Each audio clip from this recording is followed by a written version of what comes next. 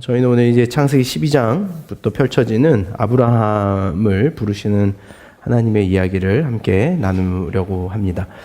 아브라함의 초기 생애를 우리는 이 본문 안에서 보게 되는데요. 아브라함의 초기 생애에서 기억해야 할 것은 하나님이 아브라함과 맺었던 언약의 내용입니다. 하나님 12장 1절 보면 여호와께서 아브라함에게 이르시되, 그래서 하나님께서 아브라함과 대화하시는 장면으로 연결합니다. 그리고 하나님은 마치 창조하심이 하나님의 말씀으로 창조하셨던 것처럼 내가 너에게 라고 하는 이 문장의 형식을 사용하셔서 내가 너에게 라는 세 가지 약속을 그에게 주십니다. 내가 너에게 땅을 줄 것이다. 내가 너에게 민족을 줄 것이다. 내가 너에게 복의 통로가 되게 할 것이다. 이 세 가지가 아브라함 이야기에서 반드시 기억해야 할 주제입니다. 하나님께서 아브라함에게 약속한 약속의 주제가 무엇이고, 그 약속의 주제가 이제 이 12장부터 어떤 의미로, 어떤 의도로 우리에게 전달되는가. 하나님이 아브라함에게 주고자 하셨던 땅이 어떤 것인지, 하나님이 아브라함에게 주고자 했던 복이 어떤 것인지, 하나님이 아브라함에게 주고자 했던 민족이 어떤 것인지, 그것을 설명하는 것이 이 아브라함의 이야기가 가지고 있는 가장 중요한 내용이고 주제입니다. 우리가 이제 그 주제를 살펴가야 할 텐데, 그러기 앞서서 이렇게 한번 이야기를 시작해 보겠습니다. 우리는 아브라함과 같은 이야기를 발견하면 우리 안에 어떤 갈등이 있습니다. 그 갈등이 무엇이냐면, 왜 하나님은 나를 아브라함처럼 만나주시지 않을까라는 의문이 있습니다. 우리도 아브라함처럼 하나님이 나를 만나주신다면 직접 어디로 가라, 여기를 떠나라, 광주를 떠나서 어디로 가라 라고 직접 콜링하신다면 저 역시 아브라함만큼 헌신할 각오가 되어 있습니다 라고 말하겠지만, 우리의 삶은 그렇게 부르시지 아니하시더라는, 하나님이 우리에게 그런 방법으로, 아브라함에게 나타나시는 것과 같은 방법으로 나타나지 아니하시더라는 것, 그것이 우리가 가지고 있는 질문입니다. 그러면서 우리는 또 하나 어떤 갈등을 갖냐면, 왜 아브라함만 특별한가라는 갈등을 갖습니다. 아브라함이 대체 어떤 조건을 갖추었기에 하나님은 아브라함을 이렇게 특별하게 하셨는가라는 것으로 우리의 이야기가 흘러갑니다. 여기에 우리가 한 가지 우리의 신앙하지 않음에 대한 정당성을 갖다 붙이기도 합니다. 이게 뭐냐면, 하나님이 아브라함처럼 나를 부르시지 않았기 때문에 내가 하나님 앞에 아브라함처럼 살지 않는다라는 논리를 펼치는 거죠. 동의하십니까? 하나님이 나를 아브라함처럼 부르시지 않았기 때문에 내가 하나님 앞에 아브라함처럼 살지 않는다라는 이야기를 하는 거죠. 제가 즐겨보는 TV 프로그램, 제가 지난주에 설교를 이렇게 다시 제가 복귀하다 보니까 TV 본 이야기를 굉장히 많이 하더라고요. 그래서 제가 반성을 좀 했습니다. TV만 보는 줄 알겠네.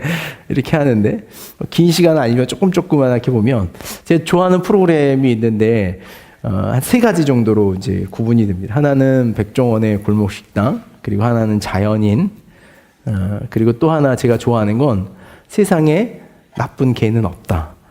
EBS에서 하는, 하나는 TVN에서 하고, 하나는 EBS에서 하고, 세상에 나쁜 개는 없다. 이렇게, 제가 프로그램을 잘 보는 이유가 뭐냐면, 거기 나온 설정은 그렇습니다. 개가 문제가 아니라 그 이야기의 주체는 주인이 잘못됐다라는 이야기로 흘러가요. 마치 우리로 보면 이렇습니다. 신정론의 관점에서 본다면 우리가 잘못한 게 아니라 우리의 환경을 그렇게 방치하고 있는 하나님의 문제인 것처럼 우리를 옹호하고 방어하는 모습이 있지 않나라는 생각을 해요. 그걸 보면서. 그래서 마치 하나님이 우리를 그렇게 하셨더라면, 하나님이 우리를 그렇게 훈련시키셨다면, 하나님이 우리의 삶을 그렇게 하셨더라면 제가 이런 나쁜 개가 됐겠습니까? 라는 식으로 변을 갖더라는 거죠. 우리가 아브라함의 이야기를 볼 때마다 신앙의 아브라함뿐이겠습니까? 모세, 다윗, 바울, 엘리야, 이런 아주 걸쭉한 인물들을 볼 때마다 우리가 갖는 생각은 그렇습니다. 왜 하나님은 그들에게만 그렇게 하시고 나에게는 그런 방법으로 일하시지 아니하셨을까? 나도 그런 방법으로 섭리하셨다면 나도 그런 믿음의 도전과 믿음의 삶을 살 텐데 라는 이야기를 하게 되더라는 거죠.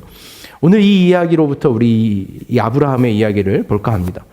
성경에서 등장시키는 아브라함의 모든 이야기는 아무리 살펴봐도 아브라함이 가지고 있는 특별함은 전혀 없습니다. 왜 아브라함이었는가라고 하는 것에 있어서는 아무런 근거가 없습니다. 다만 앞서 있는 11장 마지막에 있는 데라의 족보에서 아브라함이란 어떤 특별한 존재가 아니라 아브라함이라고 하는 태생이 어디서부터 비롯됐는가를 보여주기 위해서 데라의 족보를 역사적 맥락에서 오늘 큐티의 나눔에서 설명했던 것처럼 그의 삶을 등장시키기 위해서 이 데라의 족보를 기록한 것이지 그 안에서 어떤 특별함도 없습니다. 아담의 후손이었다는 것이 그에게 특별하겠습니까? 데라의 족보 안에 있다는 것이, 셈의 족보 안에 있다는 것이 그에게 특별함을 부여하겠습니까? 어떤 특별함도 없지만 아브라함은 아브라함으로 등장합니다. 따라서 본문이 성경이 등장시키고 있는 것은 아브라함이 특별하다는 것이 아니라 하나님이 가지고 있는 아브라함을 향한 목적과 계획이 특별하다는 것을 우리에게 주목하게 합니다. 아브라함 자신이 특별한 것이 아니라 하나님이 가지고 있는 목적과 계획의 특별함. 아브라함이라고 하는 인물은 어떤 인물로 우리에게 대표성을 갖냐면 하나님이 부르시고 하나님이 설득시키시며 하나님을 따르고자 결단한 믿음에 있는 존재가 어떤 삶을 살아가는가에 대한 대표성을 오늘 우리들에게 드러내기 위해서 그를 하나님 앞에 오늘 이 성경 안에 기록하고 있다는 것이죠. 그것이 아브라함이 특별하다면 특별한 한 가지 이유입니다. 보시겠습니까? 하나님이 아브라함을 부르셨습니다. 그리고 하나님이 아브라함을 따르게 하셨고 그 따름의 길이 맞다는 것을 하나님이 증명하셨고 그리고 그로 하여금 하나님을 믿게 하는 힘도 하나님에게서부터 비롯합니다.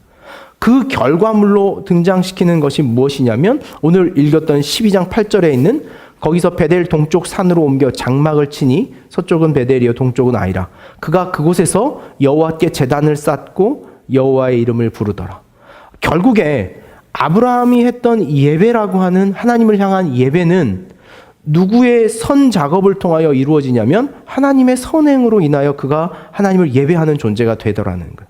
그가 예배했으므로, 그가 어떤 예배적 삶을 살았으므로 하나님이 그를 갈대와 우리에서 건져내셔서 그를 베델과 아이 사이 그 네겝이라는 곳으로 이끌어 세겜을 뛰어넘어 네겝으로 끌고 오시는 것이 아니라 그 여정, 따르게 하고 그 따르는 과정 속에서 아브라함은 하나님을 신뢰하게 되고 그 신뢰의 결과물로 얻어지는 것이 예배라고 하는 것을 우리에게 보여주더라는 거죠.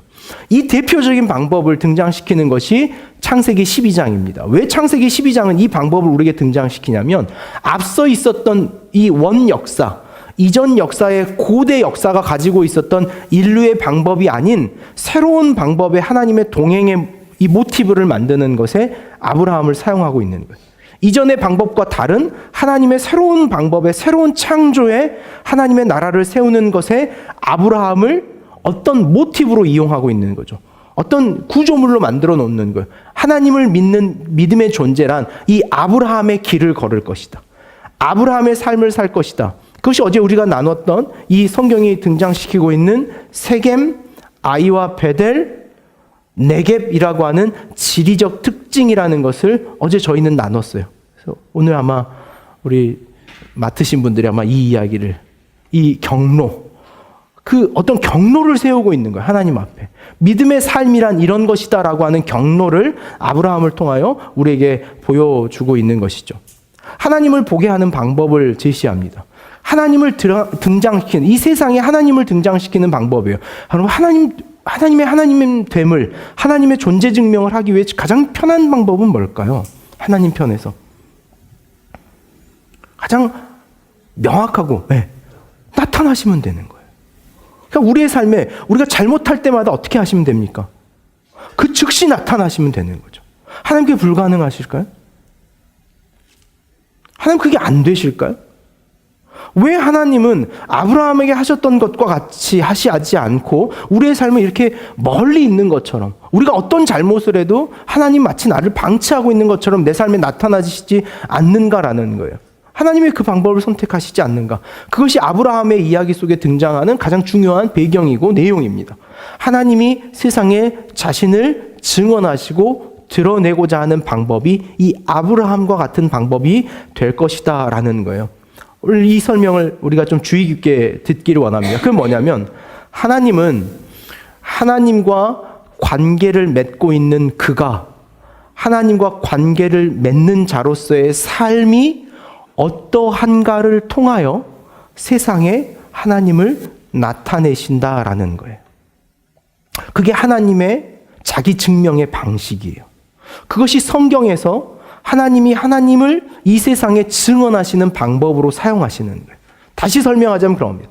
하나님은 자신을 세상에 어떻게 드러내기를 원하시냐면 하나님과 관계를 맺고 동행하는 그의 삶이 하나님과 관계하며 살아가는 삶의 모습, 삶의 정황, 삶의 새로운 태도, 삶의 그가 선택하고 결정하는 그의 삶을 통하여 다른 이에게 하나님이 증언되도록 하는 것, 그것이 아브라함을 통하여 하나님의 자기 증명을 나는 어떤 방법으로 이 시대에 펼쳐갈 것이다 라고 등장시키는 하나님의 하나의 대표적인 이 표범, 어떤 아브라함을 통하여 만들어내는 하나의 구조물이다 라고 볼 수 있다는 거예요. 아브라함은 오늘 이 하나님이 선택하신 어떤 이런 대표성의 의문, 이 대표성의 가치를 갖는 것이지 그가 어떤 특별한 존재다라고 하는 것에 대해서 성경은 어떤 것도 증언하지 않습니다. 그 이유가 뭐냐면 하나님께서 아브라함에게 맺었던 약속 3가지가 있다고 우리는 앞서 이야기를 했습니다. 첫 번째 약속이 뭐였습니까?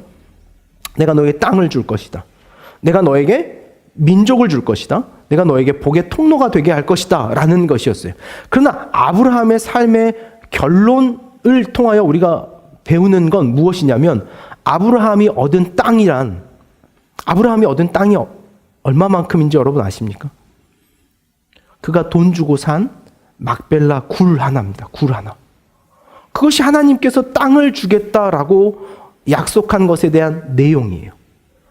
하나님은 아브라함에게 너에게 민족을 주겠다라고 하는 약속을 주셨지만 아브라함이 얻었던 그 민족의 약속은 이삭이라고 하는 아들 하나였어요.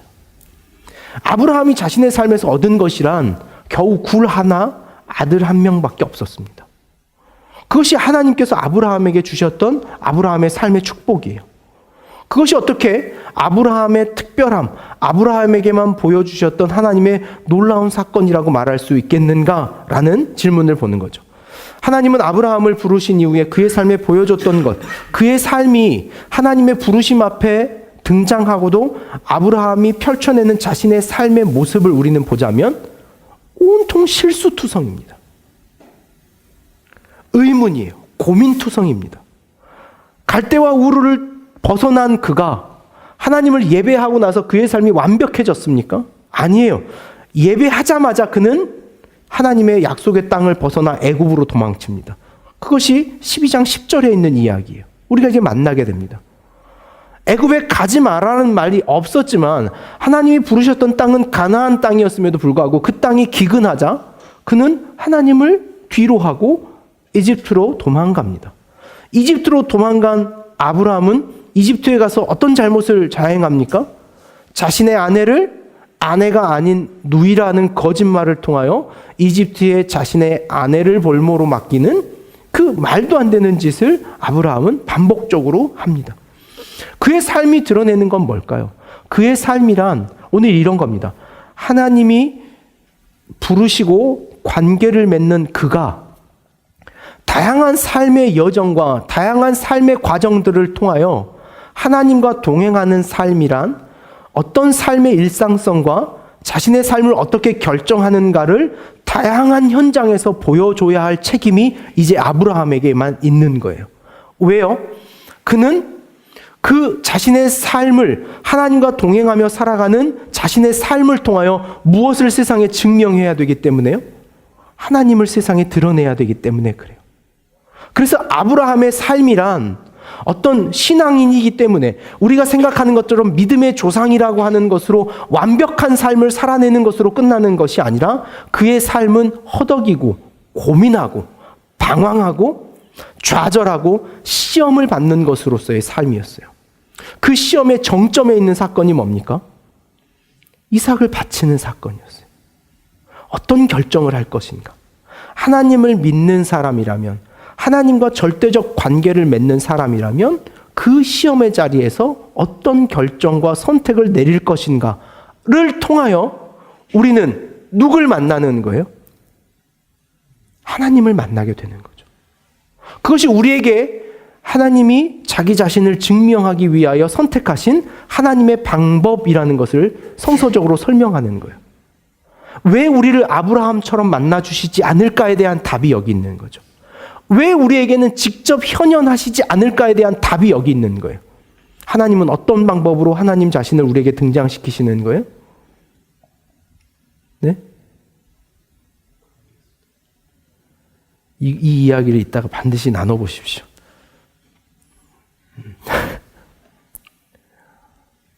아브라함이라고 하는 인물을 통하여 아브라함이라고 하는 그 존재의 특별함을 등장시키는 것이 아니라 하나님이 앞서 창세기 11장까지 등장했던 하나님의 등장의 방법이 아닌 어떤 방법이었어요? 거기에서는 직접 내려와 일하시고 직접 지배하시고 직접 통치하시고 직접 데리고 올라가시고 그 현현하셨던 방법이 아닌 새로운 방법의 인류를 통치하시는 하나님의 방법, 하나님이 어떤 방법으로 이 세상을 이끌어 갈 것이다라고 하는 거예요. 그것은 하나님과 관계 맺은 누군가의 삶이 그의 삶의 정황을 통하여 자신이 어떤 선택을 하고 어떤 결정을 하는 것을 통하여 저 사람 왜 저런 결정을 내리지? 라는 의문을 통하여 세상에 맞아, 저 사람 배경에는 하나님이 계시대 라는 방식으로 세상에 하나님을 드러내고자 하셨던, 아브라함은 그래서 누구의 전형입니까? 이스라엘의 전형이었어요. 그 책임을 민족적으로 누가 감당합니까? 이스라엘이 감당해야 했어요. 그것이 이스라엘의 책임이었습니다. 나를 믿는 민족, 내가 유일하다라는 유일신을 믿는 이스라엘 백성들이 가나안에 살아간 삶이란, 그들이 선택하는 삶의 방식과 그들이 살아가는 삶의 모든 모양을 통하여 열방이, 믿지 않는 저들이 누굴 보게 해라? 하나님을 보게 해라. 그것이 이스라엘에게 준 사명이었어요. 그 이스라엘에게 준 사명은 신약 시대에 누구에게 그 사명이 다시 확인됩니까? 그것이 이 시대의 교회예요. 교회. 어떤 교회, 어떤 조직적이고 공동체적 교회가 아니라 예수 그리스도를 구주로 고백하는 교회된 개인의 삶이 자신의 삶을 통하여 하나님과 관계 맺고 살아가는 자신의 삶의 모습을 통하여 우리가 세상을 살아갈 때 내가 살아가는 삶의 독특한 모습, 저 사람 왜 저렇게 살지? 저렇게 보면 손해볼 텐데, 저렇게 살아가다면 욕먹을 텐데, 저렇게 하다간 성공 못할 텐데 왜 저렇게 살지? 라고 하는 우리가 선택한 삶의 방식을 통하여 세상은 무엇을 보기 원하는 거예요? 하나님을 보기 원하는 거예요. 그것이 아브라함을 통하여 바꾸시는 하나님의 언약적 사건이고 약속의 개념이더라는 거예요. 우리가 이 약속의 개념을 인식하지 못하면 늘 우리는 이 문제만 붙잡고 살아가는 거예요. 왜 하나님 저에게 아브라함처럼 현현하시지 않습니까? 이 문제. 실제로 한번 보실까요? 사도행전 2장을 한번 보십시다. 사도행전 2장.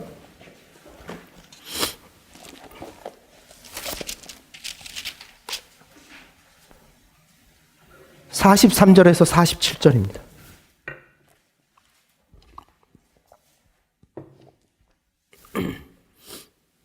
사도행전 2장 43절에서 47절.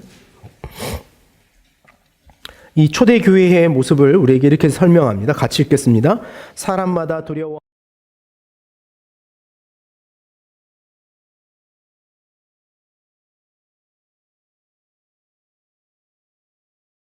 다 더하게 하시니라. 우리는 흔히 요즘에 이런 이야기 많이 합니다.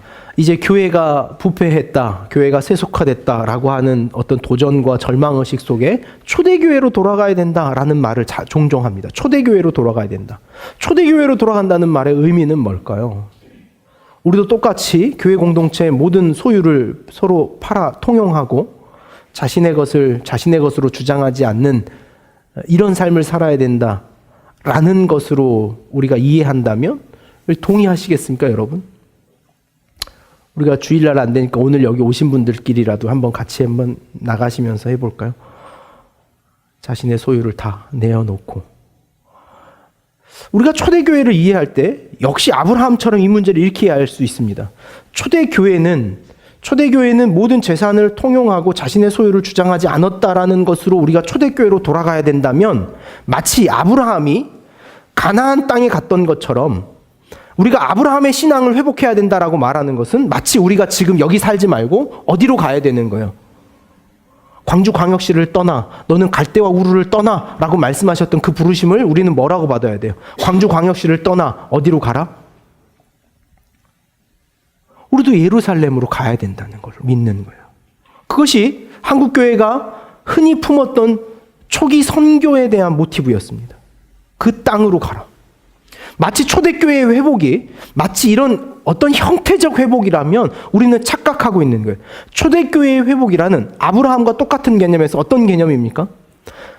하나님과 동행하며 하나님과 동행하기를 선택한 사람들이 어떤 삶을 살기로 선택했는가의 문제예요.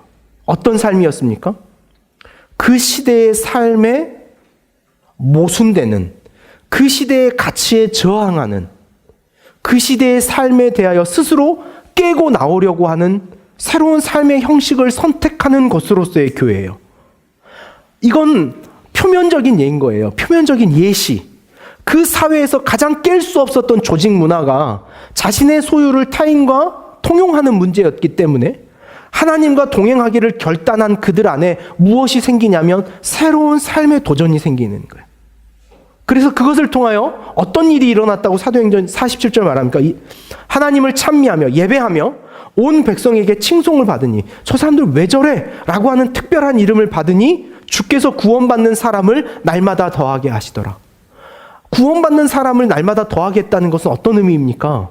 하나님을 알지 못하던 자들이 그들의 삶의 독특한 방식을 바라보고 하나님을 알지 못했던 그들이 선택한 새로운 삶의 모티브들을 바라보고 하나님을 모르던 그들의 삶의 형식과 내용과 방향을 바라보고 어떻게 되기 시작했다는 거예요. 하나님을 보기 시작했다는 거죠. 그것이 여기에 있는 구원받는 사람의 수가 날마다 더하여 가더라 라는 것에 대한 의미이고 가치이겠죠. 오늘 이 일을 위하여 하신 일이 있습니다. 이 땅에 이 일이 일어나기 위하여 하나님과 동행하기 위하여 아브라함에게도 언약을 맺으셨는데 우리에게도 동일한 언약을 맺으셨어요. 이 창세기 13장 여러분들이 살펴보겠지만 이 창세기 13장에 보면 하나님께서 아브라함과 언약을 맺습니다. 12장 뒤에서부터요. 어떤 언약을 두 번의 언약을 맺습니다. 한 번은 짐승을 쪼개요. 그 짐승을 쪼갠 것을 그대로 방치하신 후에 하나님과 아브라함이 언약을 맺습니다. 그리고 꿈 중에 나와 환상 중에 나타나 하나님은 아브라함과 두 번째 언약을 세우십니다. 그 언약을 세우시는 것처럼 동일한 방법으로 우리 각자에게도 그 언약의 방법을 세우시는데 그 언약이 뭐였습니까? 언약의 내용이 하나님이 아브라함과 언약을 맺으셨고 그 언약이 반드시 너의 삶에 이루어질 것이다 라고 하는 것으로 아브라함이 받은 언약의 확신은 유일한 한 가지였습니다. 그게 뭐였습니까? 아브라함이 살면서 경험했던 눈으로 확인한 그 언약의 성취 하나. 이삭이었습니다. 이삭 하나였어요. 그 언약이 사실이라고 하는 것을 증명하는 데 등장시켰던 건 이삭 하나였습니다. 우리 이렇게 볼 수 있는 거예요. 아브라함을 믿음의 지점으로 끌고 나올 수 있었던 그 약속의 사건은 이삭 하나로 아브라함에게 충분했습니다. 그것이 아브라함의 특별함이에요. 그렇다면 우리 자신에게는 하나님이 우리와 동행하시겠다는 그 약속을 세우기 위해서 하나님이 우리에게 주신 건 뭡니까? 뭔가요? 아브라함에게는 하나님이 아브라함과 동행하고 있고 내가 너와 동행했다라고 하는 확증으로 아브라함에게 준 것은 이삭이었습니다. 오늘 우리에게도 내가 너와 동행하고 있고 내가 너와 동행할 것이며 너와 항상 함께 할 것이다 라고 하는 당신의 이 언약을 우리에게 이행시키고 지키시겠다는 그 확인으로 주신 징표는 뭡니까? 우리에겐 예수 그리스도인 거예요. 마태복음 16장 16절로 한번 가봅시다.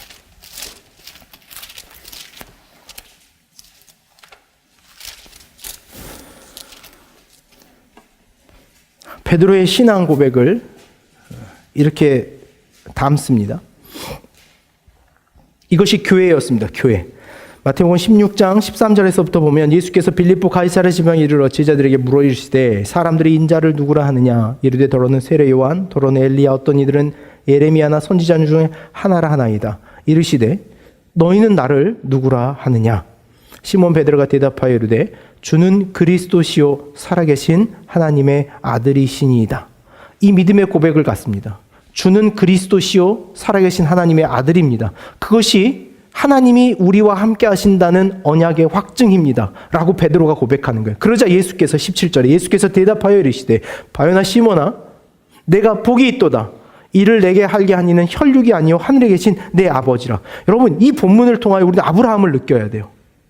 아브라함에게 복을 주시는 이는 너의 혈육이 아닌 데라의 후손으로서가 아닌 아브라함에게 복을 주시는 이유는 어디에 있다? 하늘에 계신 내 아버지다. 하나님이 그 주체다라는 거예요.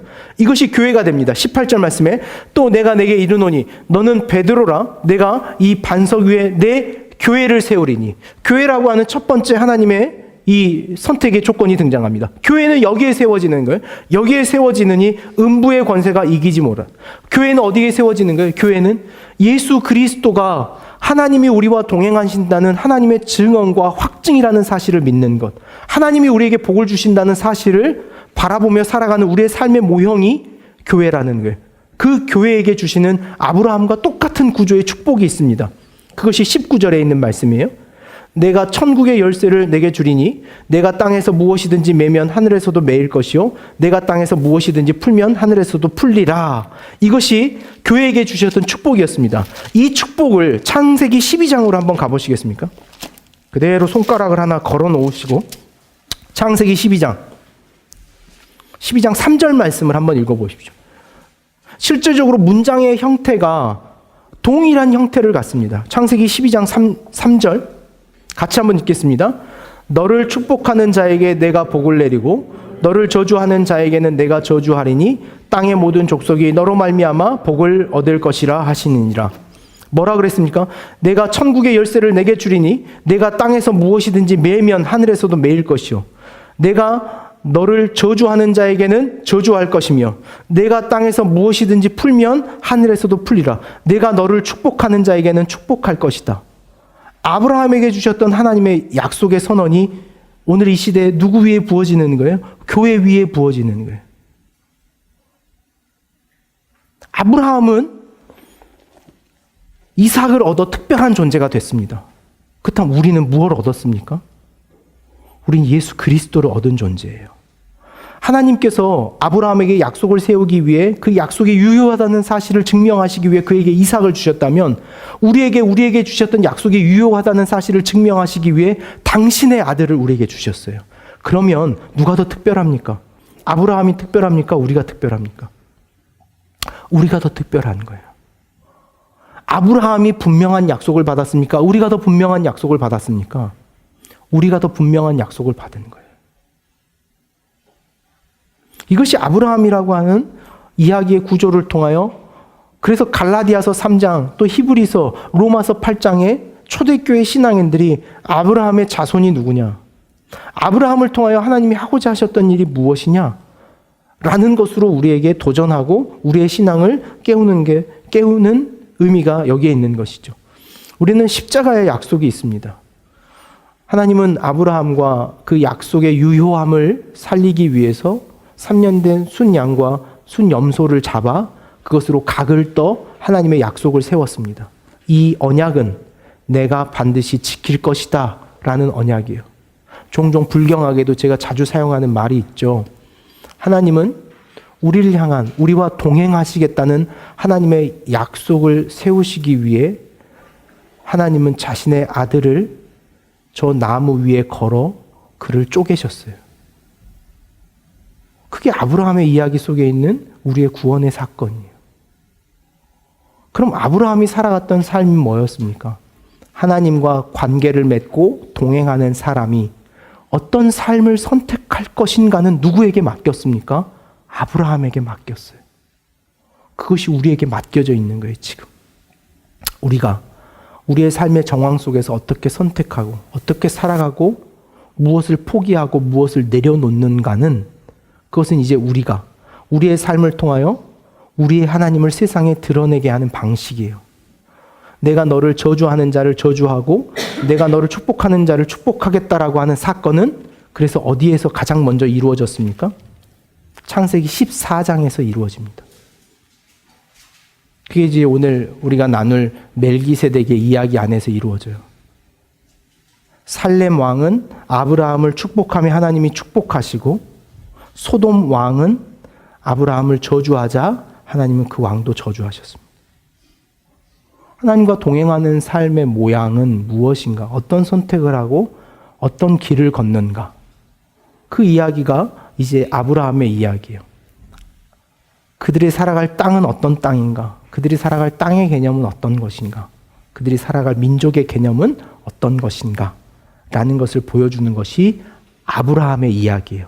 이제 여러분들이 내일부터 아브라함의 이야기를 만날 텐데 아브라함의 이야기를 볼 때마다 그 아브라함의 특별함에 우리의 시선이 빼앗기지 않고 아브라함을 향하여 계획하시고 목적하시는 하나님의 특별한 이야기, 어떤 구조를 세우고 계시는가를 관찰하면서 우리가 아브라함의 이야기를 이삭까지 창세기 마지막 지점까지 읽어갈 수 있다면 우리가 얼마나 특별한 존재인지, 나를 아브라함처럼 이 시대에 세우셨다라고 하는 믿음의 각오와 그리고 그 새로운 부르심의 사건을 경험하는 여러분이 될 수 있을 것이라 확신합니다. 기도하겠습니다.